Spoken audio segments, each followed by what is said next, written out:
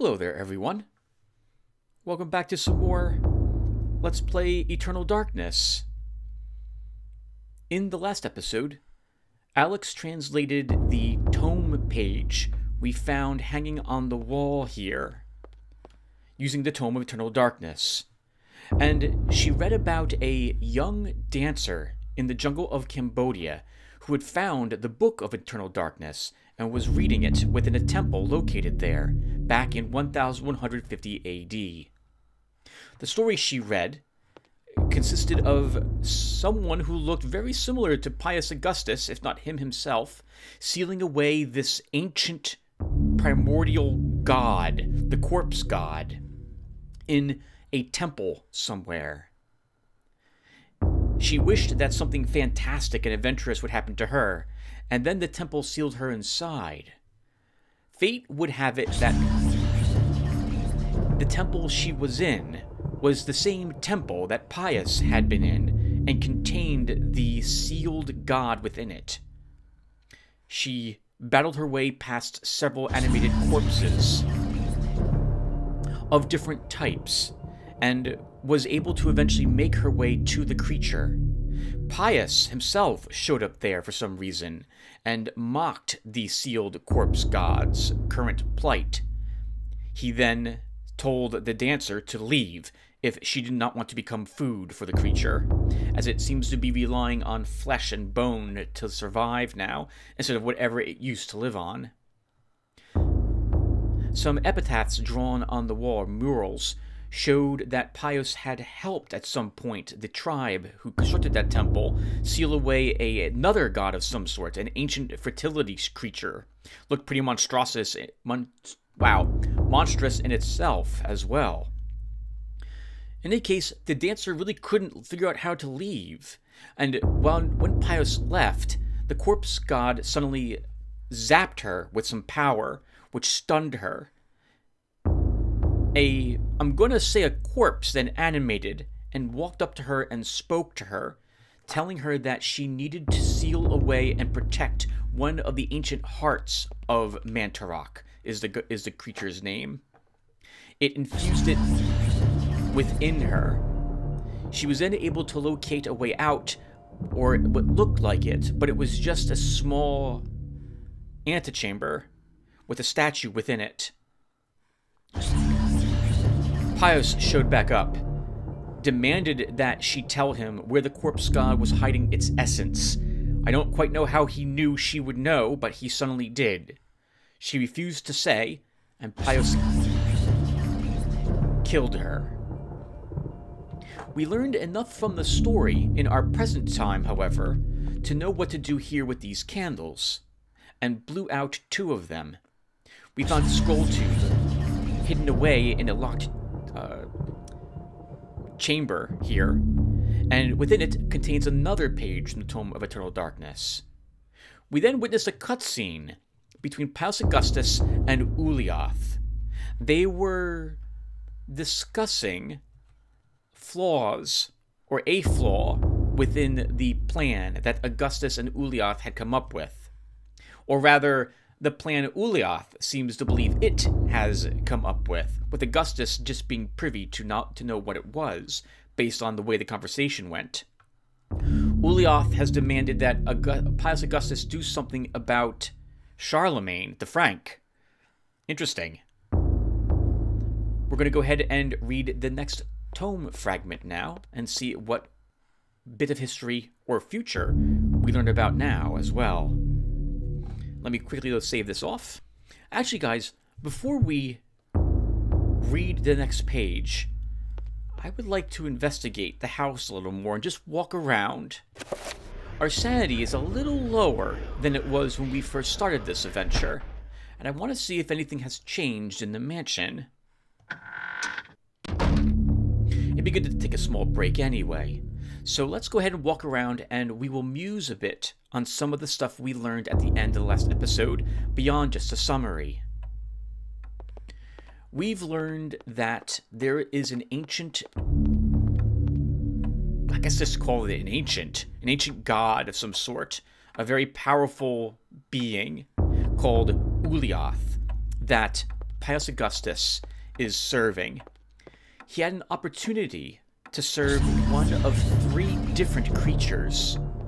Ulyaoth was one of them, and was represented by the jellyfish artifact that he reached out for, and the color blue. As we continue to play this game, you will hear the word Ulyaoth uttered whenever any blue-colored spell is chanted in the game. The others were Chaturga. A red color will be associated with that god, and Zelthath, which will have a green color associated with it. Mantarok itself is associated with the color purple. So, thus, if you see certain colors in the game being once again chanted for their spells, you will understand which god whose powers are being invoked. Another thing I will point out now, although we don't have access to it quite yet, but we should soon, possibly as we read the next tome page, is the ranks of spells. We haven't seen spells cast very much. We've only seen 3 of them so far. One was contained within the amulet that we had access to with Elia that would heal her. Notice that the color of that was red, and it healed her life. As we proceed onward, we will be able to cast different spells, but the gods who we are calling upon to assist us will change the nature of that spell to affect different things. Chaturga affects all things life-related, your health in particular. It's just health-related would be a better way to phrase it, or constitution, endurance. Zelthath is sanity, and Ulyaoth is magic. Their creatures are different, as we had seen very briefly during our time investigating, during our time reading the story of Elia. The blue or Ulyaoth-themed zombie, when it reaches a low enough, when it's almost destroyed, will begin to sing, a strange sound emitting from it. After a few seconds, it will detonate. The normal, quote, zombies we've seen don't do anything of the sort. They're just very thin and creepy looking. We've seen a red zombie. This is Chaturga's affinity.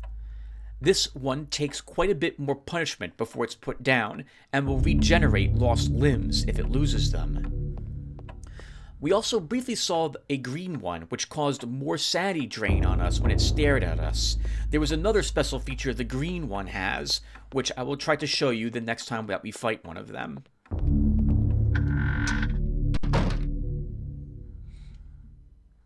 The stories that we will be told and the way we interact with these tome pages will be somewhat similar to the never-ending story.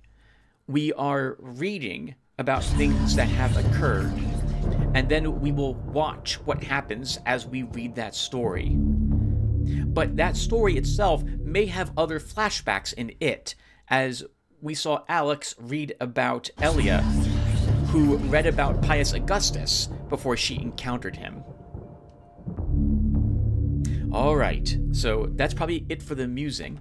Now let's go ahead and read that tome page.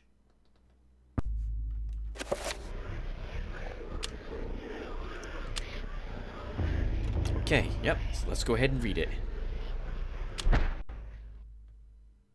From my research, it is apparent that the endeavors of mankind are mere puppetry at the hands of the ancients.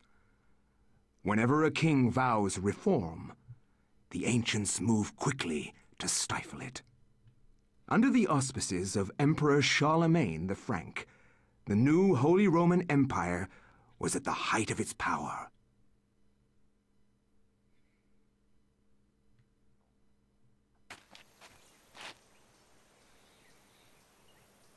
Hanc mit ad dominum et imperatorum nostrum, Carolum magnum Francum. Deliver this to our Lord and Emperor Charlemagne the Frank. No one but him must see it. They are words for his eyes only. At once.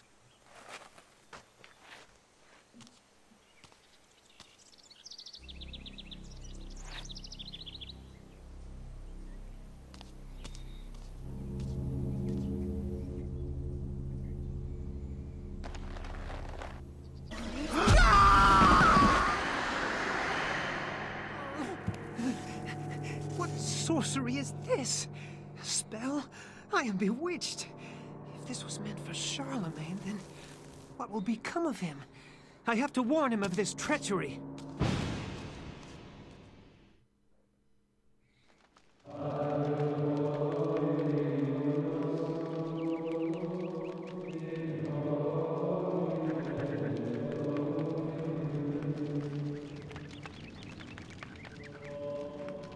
Alright, everyone. Something else that just occurs to me that I also really like how they did it is the fading in of English for us playing the game instead of sticking with the language which was used at the time. I also just realized that the chanting here might be a little loud, so I need to check on my voice really quick with what I hear. Give me 1 second to do so. Okay, everyone. I think you can make out what I'm saying. I have loudered my microphone just a tad. This is kind of dangerous because this affects every other game I'm currently recording on my computer at this moment, but I think it's acceptable, so we're going to go forward with the volumes that you hear. Let's first see what it is that we have. Message scrolls like this were often used to transfer messages securely. This one has a strange diagram on it consisting of a pentagonal shape with strange letters at each corner. When Anthony had opened the scroll, something strange happened. That something had been intended for the Emperor Charlemagne. Suspecting a plot against the Emperor, Anthony pledged that he would warn Charlemagne at all costs.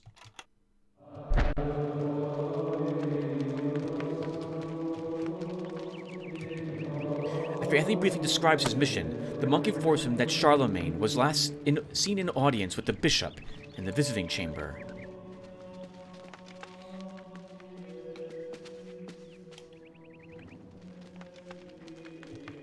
The monk cordially greets Anthony.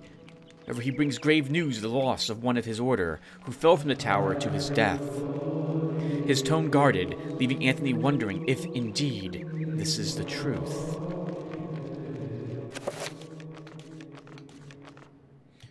We unfortunately do not have any information about the layout of the church.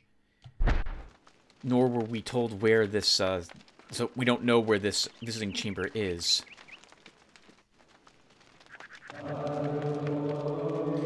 Interestingly, there's no cross here, or crucifix. A funeral casket made from unfinished wood. It is not properly sealed. It could probably be opened. Should Anthony open the casket? No, I don't know why we would do that right at the moment.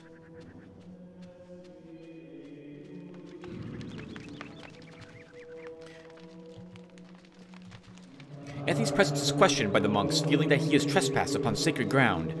The monk seems rather subdued, perhaps out of respect, or perhaps out of fear.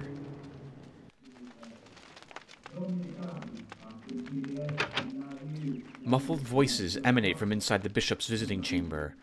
However, the door is locked, and Anthony will need the bishop's key to enter and gain audience with Charlemagne.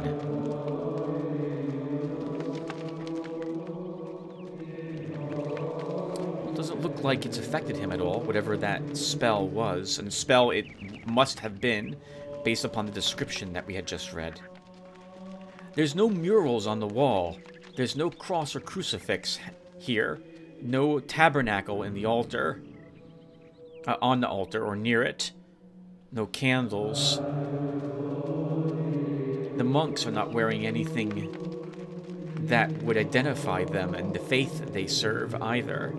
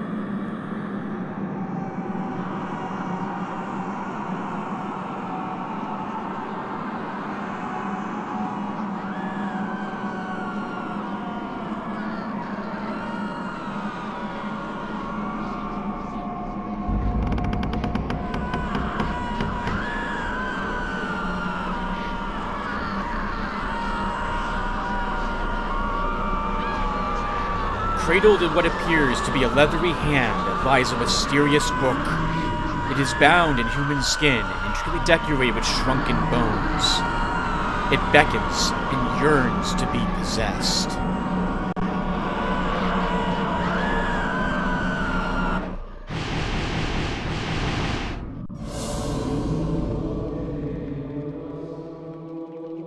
And just like that, Anthony now not only, I believe, possesses the book, but he has learned everything the book had in it at this point. He's now familiar with Pius Augustus. He's seen him talk with Ulyaoth. He's seen what's happened to Mantarok. He knows Pius sealed it away. Some of this stuff might be beyond him, but he's at least has the history of what we've seen so far as well.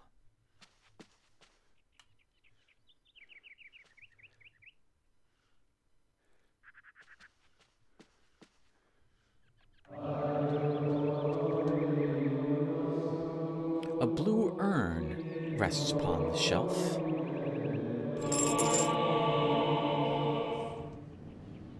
It sounds like there's something inside of it. This urn has been glazed with a rich cobalt blue shellac, instilling it with an otherworldly spectral character. It has a strange symbol on its side. I'll use it in a bit after we explore the rest of this room.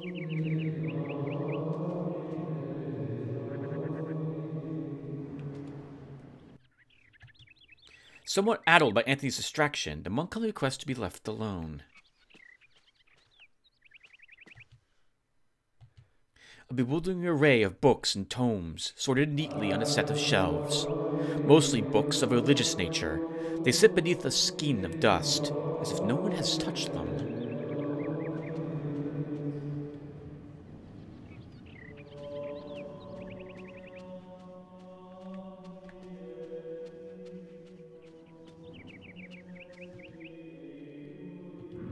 Anthony reaches out for the medallion, but the monk says it's a venerable artifact required for his research and should not be touched.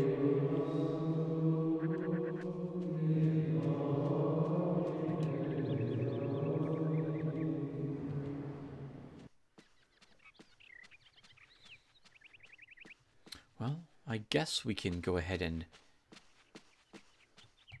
check this guy's table. Nothing. While fumbling around, the urn slips from Anthony's stiff fingers, dashing itself into fragments as it hits the floor.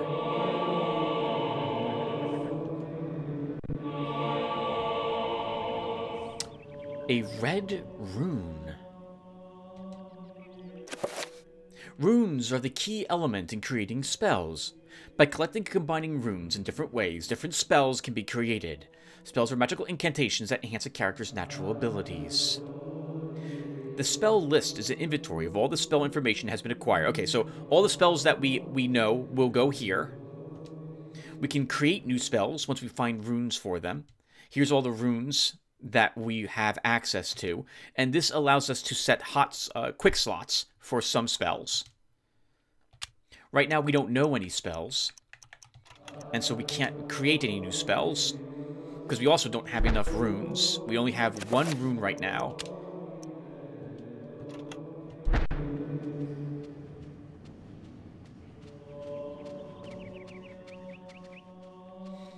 Can we take this now? No. Okay. Well, I suppose we'll open the coffin then. It's the only thing we can do here. Perhaps the monks don't even know where it's from. I assumed that it was for someone they were burying. But maybe it not.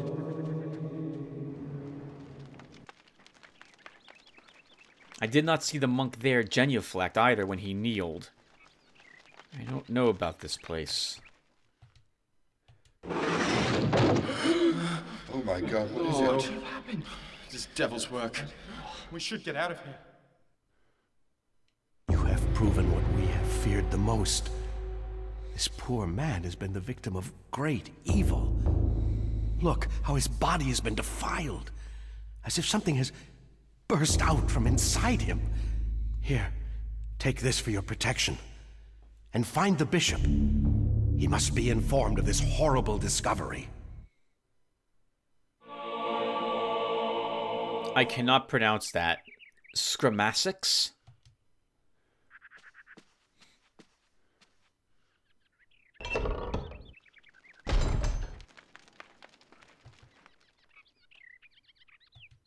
Peering inside the casket, Anthony sees the body of a monk. His remnant is that of his order, stained with blood that has seeped from many grievous wounds. It is truly a disturbing sight. It's like something burst out of his rib cage.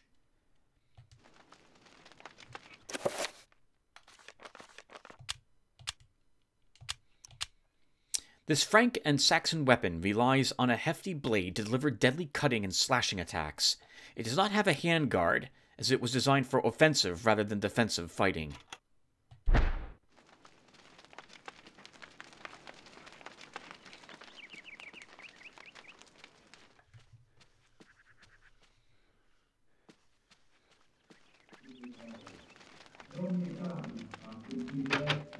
We still need the key.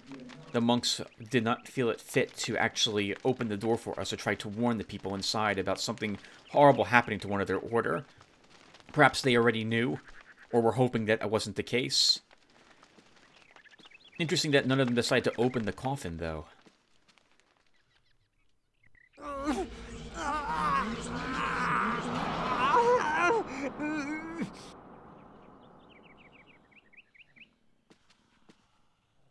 It looks like the spell effect has aged him a bit.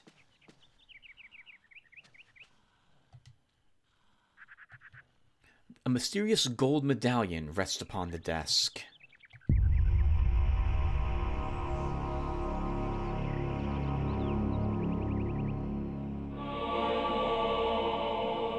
Anthony has acquired a circle of power.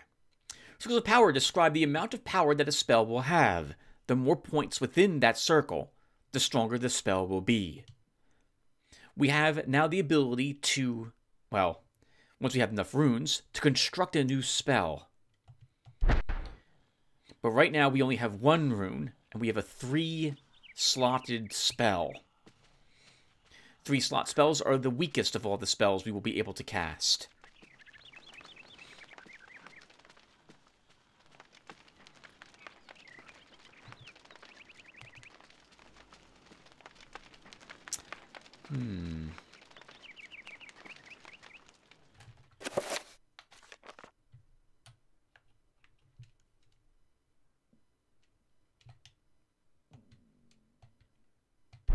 There must be something else we've missed. Or an item I can use.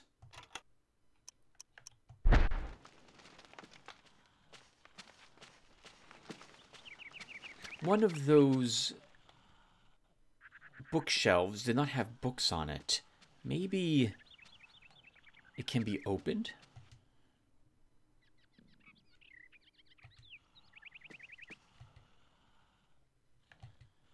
That's interesting. Amongst the tomes and manuscripts, a book brings its attention to itself. Oddly pristine on the dusty shelf.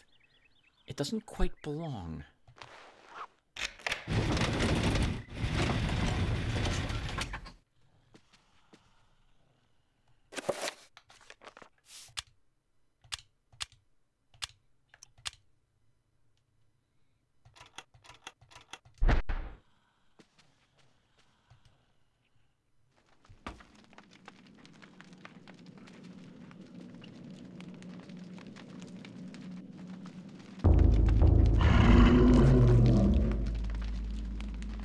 That is a green zombie. I couldn't get away from it.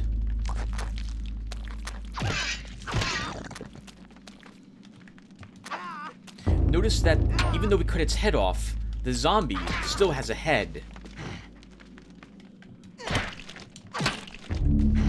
Green zombies have phantom limbs when you destroy them. Anthony has found a magical rune.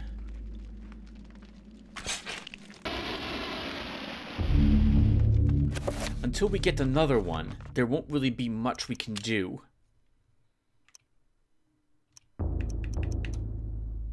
Oh, we can't even decipher it at the moment. Okay, well, let's press on.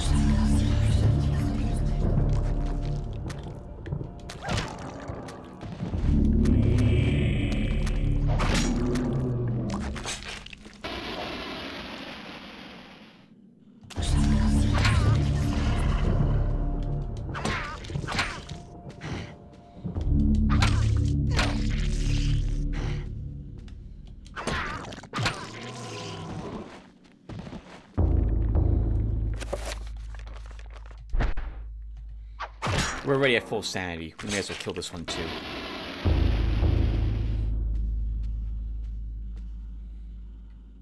So this spot was sealed away. And I saw that torch. Zelthath zombies were here. We don't yet understand the relationship between these different gods, only that Ulyaoth is making a power play to become the most powerful one.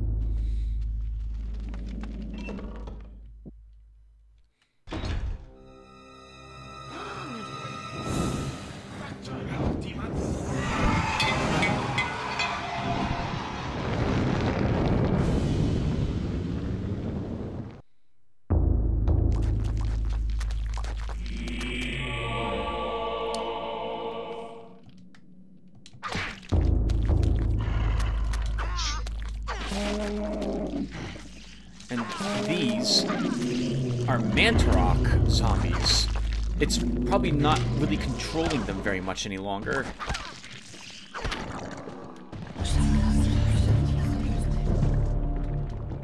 Grateful for his life, the monk tells Anthony what happened. He was carrying a sacred urn from the baptismal font when he was confronted by the bishop, who was brandishing a large blade and whose eyes burned with an evil fire. Frightened, the monk dropped the urn out of shock and ran. Returning to retrieve the urn, he found only the sword the bishop had left behind. With thanks, he gives the bishop's sword to Anthony.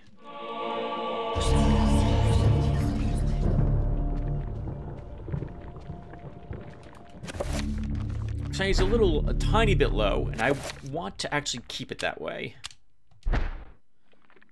Looks like the torch might be able to kill a zombie with one hit if we use it, and will illuminate the area around us as well.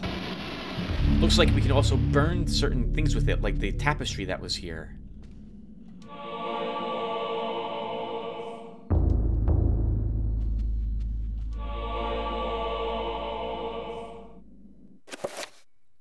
Mix.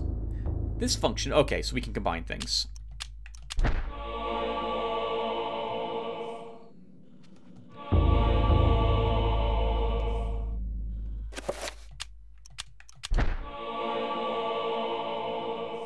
Oh, it's a pretty shoddy job.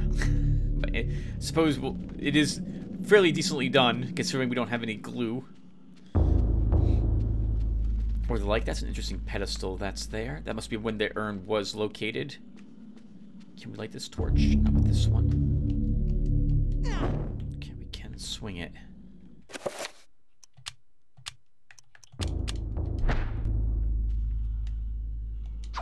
Oh, it is quite a bit darker without that torch.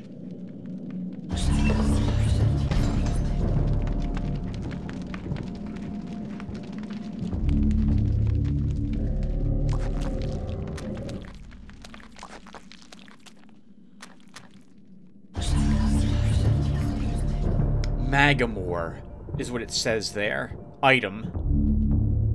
A carved stone tablet lies on the floor. Right? We can't even use the runes until we actually understand how they relate to a spell. Runes cannot be understood without a codex. Without a codex, runes repossession will remain a mystery. So we have Magamore, but we don't have the rune it's associated with.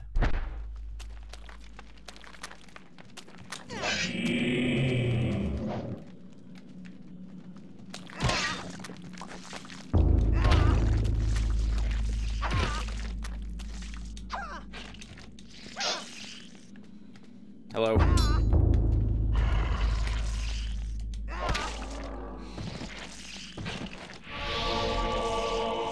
Well, we know that one is item, which explains, as I guessed, because in the upper left-hand corner, that is, I believe, Magamore. So that's telling us that's our items. I think all the runes that we see in the upper left hint as to what the page is that we are looking at in the menus as well. Ah, I thought down here might be the codex for the runes above them. No, there will be, I guess, 10 runes total to cast spells, and 4 different runes to invoke a certain particular god. How's our sanity? We're going to proceed onward a little insane.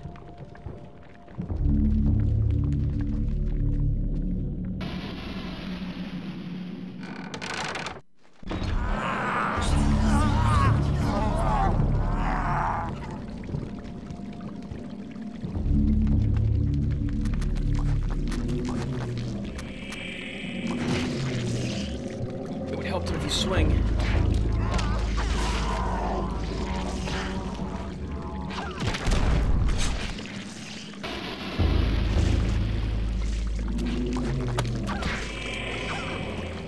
He's gotten a little slower now that he's... Oh, actually, it might be because we're in combat as well. I guess we'll kill this one.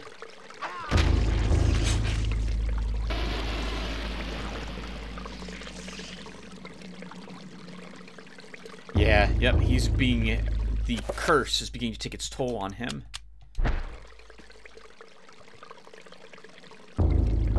A slab of etched stone sits on the pedestal.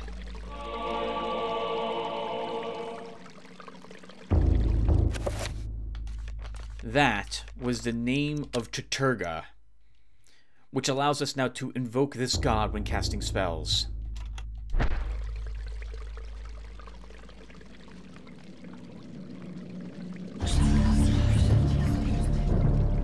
We know what we do with that tapestry. We can even hear the wind blowing through it. A disturbing rendition of a monstrous devil. It is contorted into what appears to be a fountain. What sickly liquid is this draining into the pool, trickling from a scum-encrusted spout? This is the baptismal font that the monk had talked about. A red urn sits beside the fountain.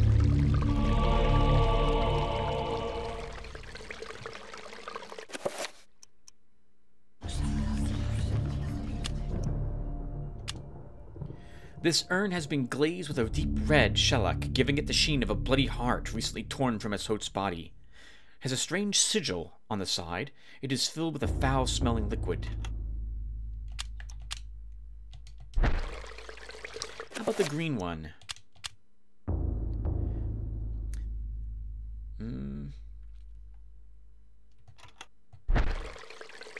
No other information about it.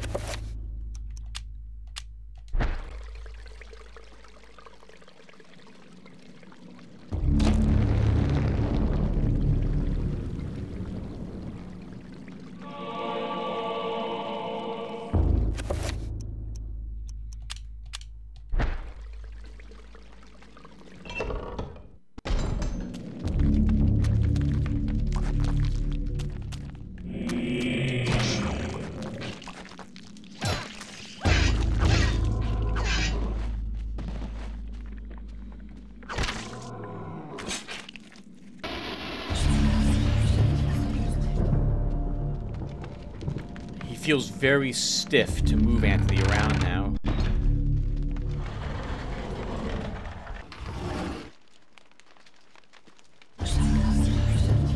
Apparently we're not the only one affected by such a curse.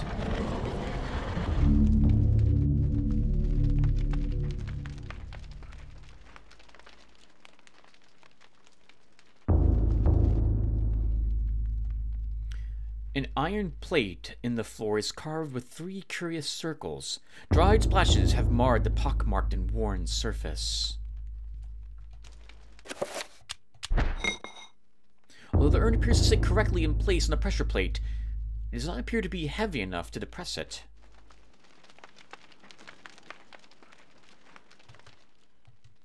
religious texts of an unspeakable nature, written in languages utterable only by monsters or corrupt humans.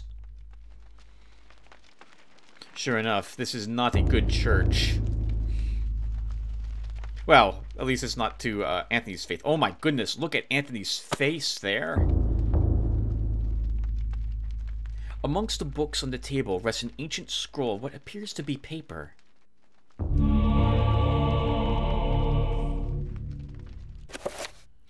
Through this function, the player can examine the contents of each spell scroll that has been acquired. So we can check it, which the game's making me do. A torn scroll, illustrated by a geometric symbol, is accompanied by a small note. The note reads, "That which is broken shall be fixed. That which is dull will be sharp. Thus is the nature of the enchant item magic." The spell requires the Antrobok and Magamore runes.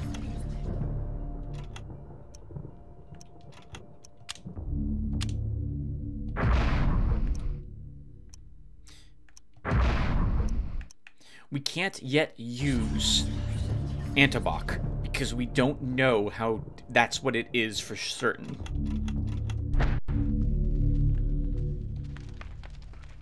The bishop passed through the secret door. There has to be a way to get through it. We must have missed a rune, so... Oh, no, we did not.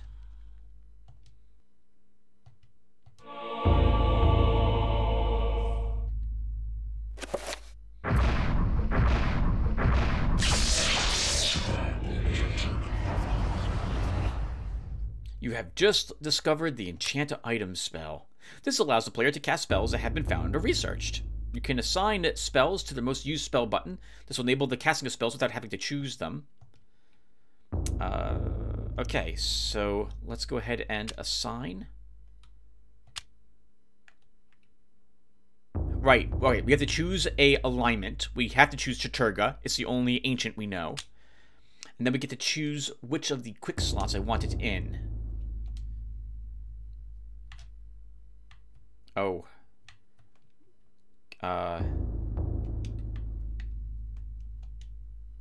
None? Okay, no, to only that button.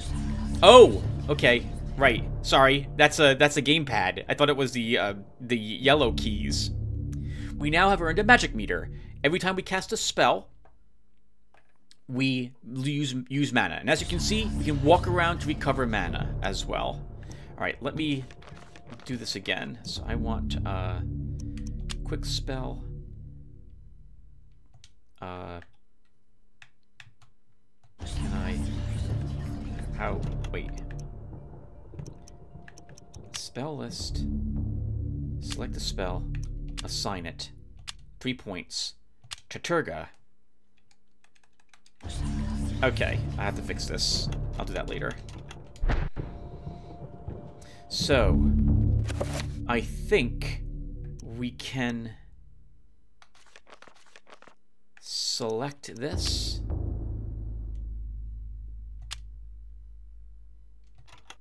Actually, I'm not sure how we do it. So let's just cast a spell. Please select the item to enchant.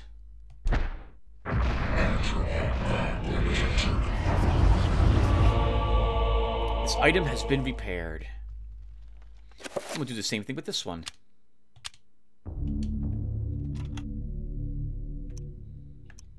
Oh, right, I have to cast a spell.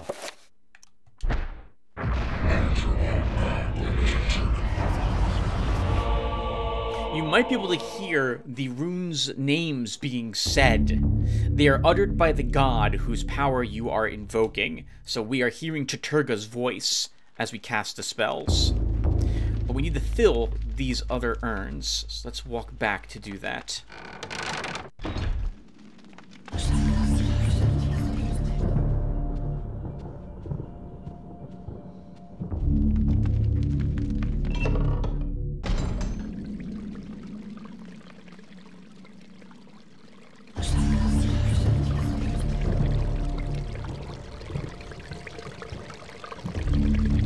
So,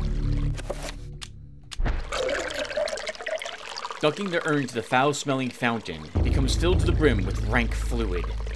It is a lot heavier now, and rife with, I can't pronounce that, Photor? may as well do the same with this one. Can we read about how the color, what it looks like for the green urn? This urn has been glazed with an iridescent green shellac, making it shine with a disturbingly alien light. I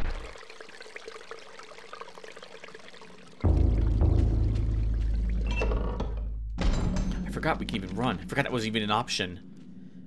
I feel like you guys know me by now. The greater part of me doesn't want to do so, even though it's probably very important that we do so.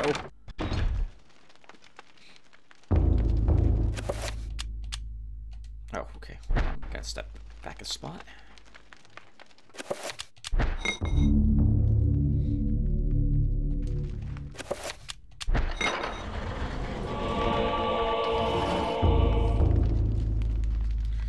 Interestingly, the bishop was able to open that door without requiring such a key. Just to save myself from doing any of that again. It's not been too difficult. We'll save the game again.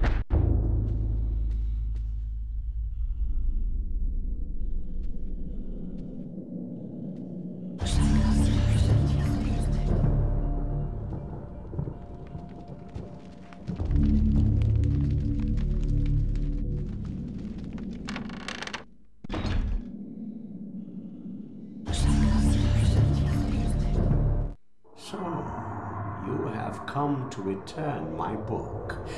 Very well then. For your efforts, I promise a quick and merciful death.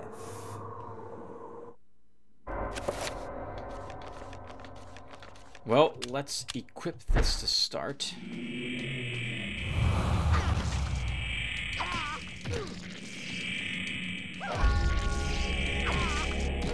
Oh, he is a lot tougher.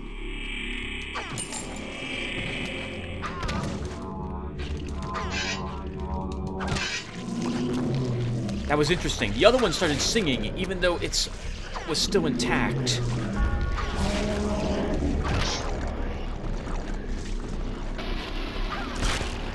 We're gonna need some of that sanity back.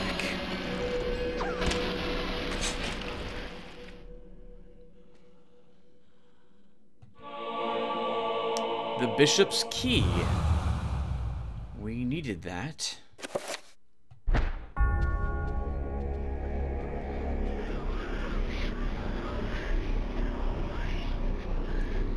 A shrine to a god that bespeaks of an ancient evil that graced the earth before mankind walked its valleys.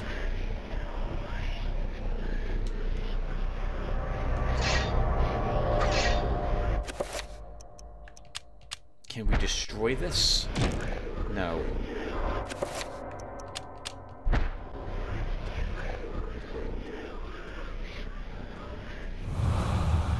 The key is definitely what we need, though, to gain audience with the bishop.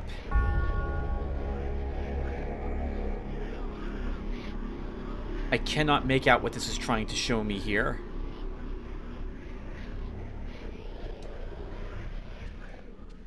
Unless it is this key. No, it's not that.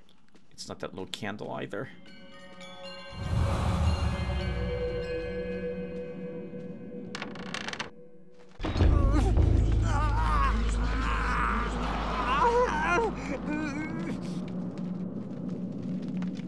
It's turning him into a zombie or some sort of revenant.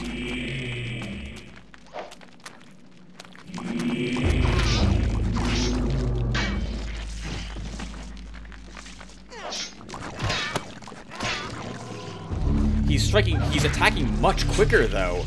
So he must be gaining strength as he's being turned into this thing.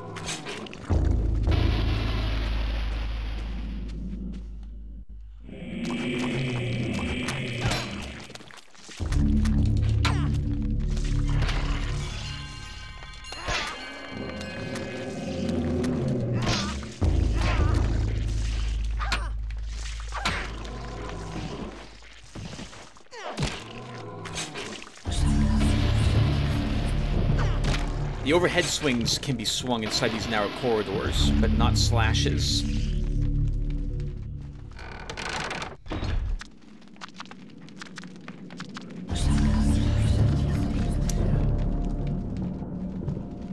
I know what that...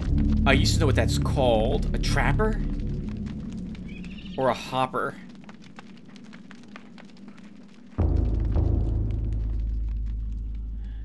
If they touch you, they will teleport you to the trapper dimension, is what it's called. It's a little puzzly area. We might not be allowed to even hurt this one. I can't target it.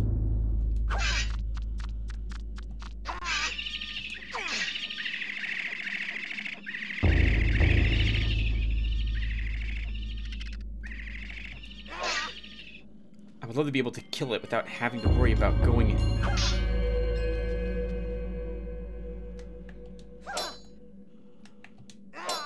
Oh, I'm not allowed to even hurt this one. Okay, then we have to walk into it. It will, yep, it will die after it does so. After it warps us here.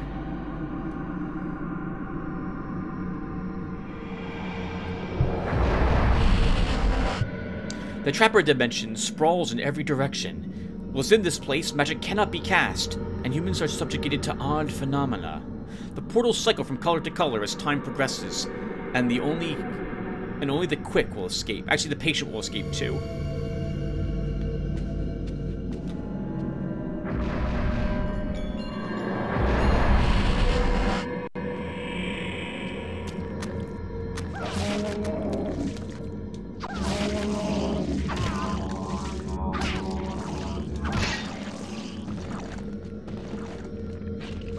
I'm gonna hope that that green symbol there restores some of our sanity.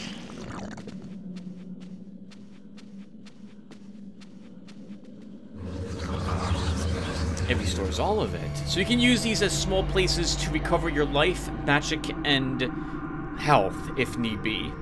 You get one of them, though, and then I think this will bring us to the end.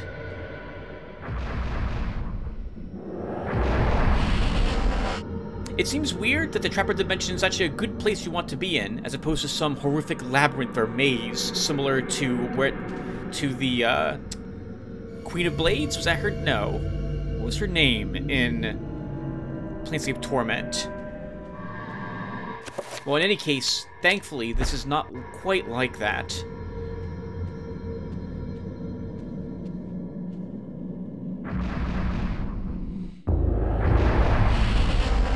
The Trapper, having used its power, will also now be, as you can see, destroyed.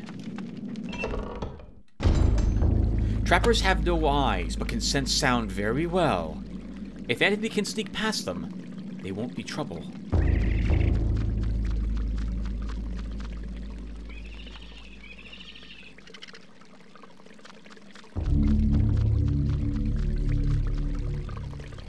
As long as basically you don't run, you should be okay.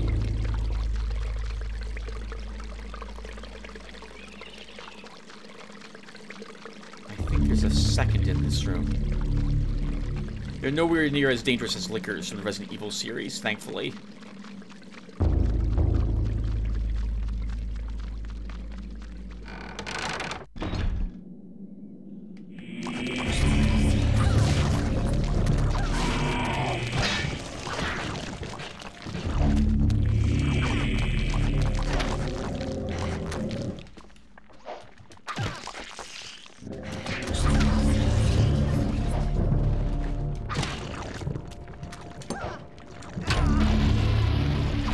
One of them. Very good. That'll make us feel a little better. But Charlemagne still needs us. Come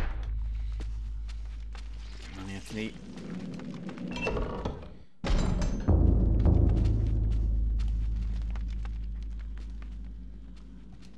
The monk ambles around nervously, as if half expecting the demonic bishop to return at any moment. Oh, doesn't appear to be bothered by us at all. Despite the fact that we look like we are quite a different person when we last had seen him.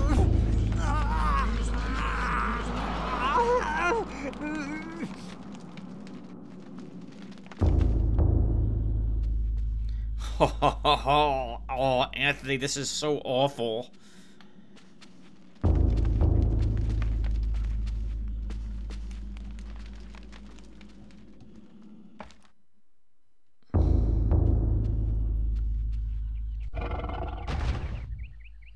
Oh, horror.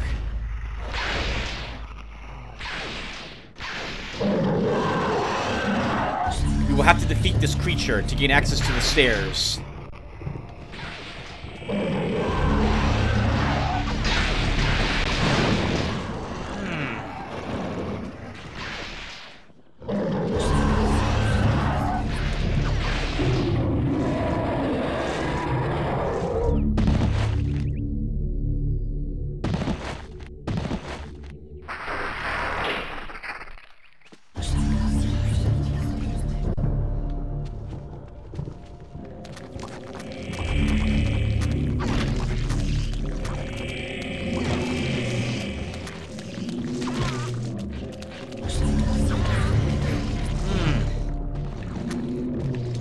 Forgot how I'm supposed to target something different.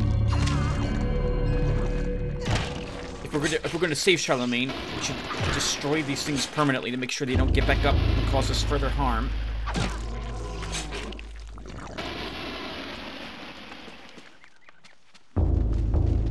Assuming we have the strength to do so.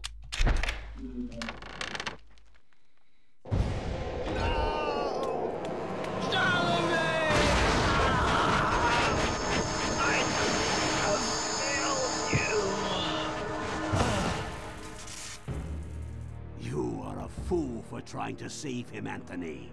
His fate was decided many centuries ago, as is the fate of this world. Despite your faith, there is little to save you from the power of Uliath.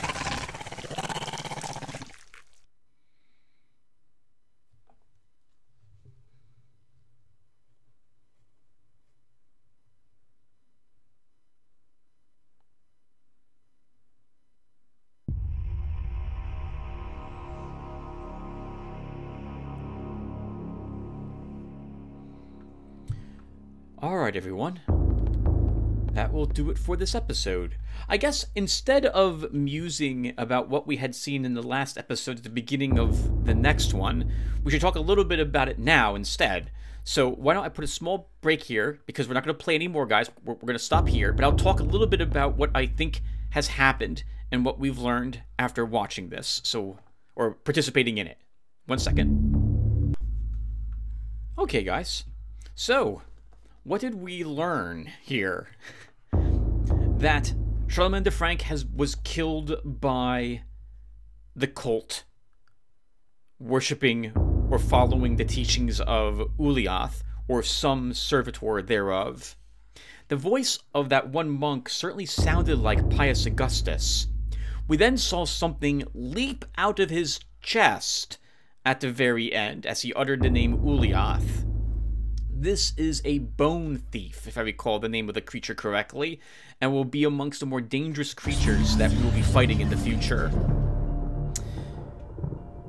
Unfortunately, while the spell did not affect Charlemagne, it looks like they did not need it to do so.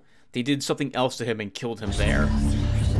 I'm guessing that all of the monks in that particular place were not of a Christian order.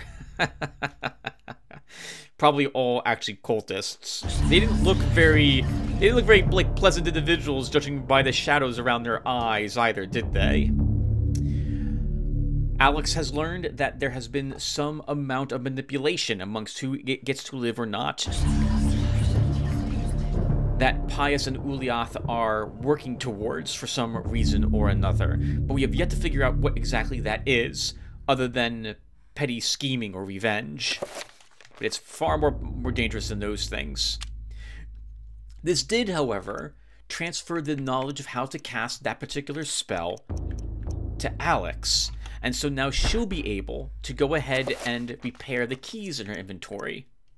There is another thing you can do with that spell, which I did not do while we were playing Anthony, because it wasn't going to help us at all. It was actually going to make it more difficult. I will explain what that is at the beginning of the next episode. But with access to this spell, we should be able now to repair our key and get upstairs to see what is happening on the second floor. Also note that things are a little different down here now. Our sanity has drained a little more, and you might notice strange things happening. Like the blood oozing from the wall behind us there.